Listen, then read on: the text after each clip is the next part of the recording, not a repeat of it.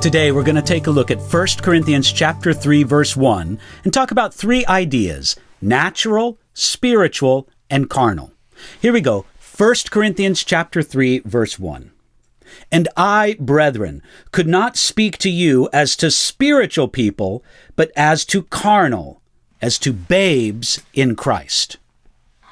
Paul wrote to the Christians in Corinth, those who were part of the congregation that Paul founded when he spent a year and a half there. That's recorded in Acts chapter 18, verses 1 through 11.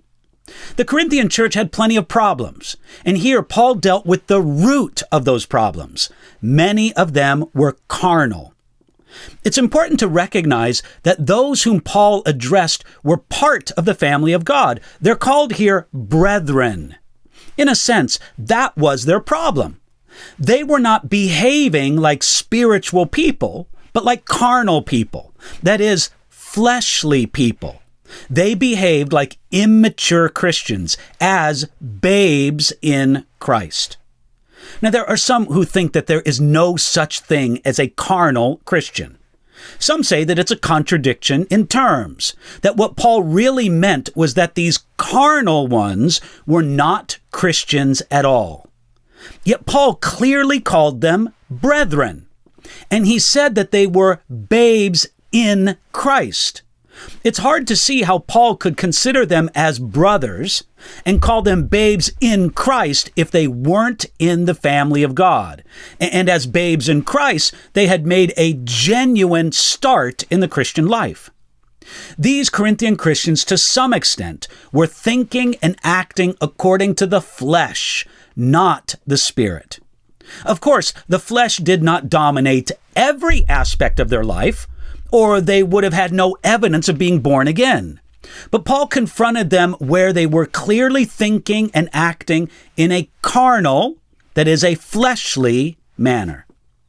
Paul didn't mean that our material substance, our cells and tissues, and that which makes up our body, he didn't mean that that is inherently sinful. Friends, there's weakness associated with being made of flesh, but this weakness is not automatically sinful. Here, the problem with the Corinthian Christians was that they were carnal, that is, fleshly. They were characterized by the flesh. This speaks of the believer who can and should live differently, but does not. They weren't spiritually minded, but they were fleshly minded. Paul told the Christians of Galatia that they must walk in the Spirit, and that they would then not fulfill the lust of the flesh. That's in Galatians chapter 5, verse 6. And there were more than a few among the Corinthian Christians who were losing that battle. They were believers, but at least in some ways, their life was marked more by the ideas and the actions of their flesh instead of the ideas and the actions of the Spirit of God. Paul, in fact, spoke of three categories here. He spoke of the natural man. That's described more in 1 Corinthians chapter 2, verse 14. The natural man is patterned after Adam and rejects the things of God. Then there's the spiritual man. That's also described in 1 Corinthians chapter 2, verse 15. The spiritual man knows the things of God and endeavors to think and live according to the Spirit. Then finally, there's the carnal man.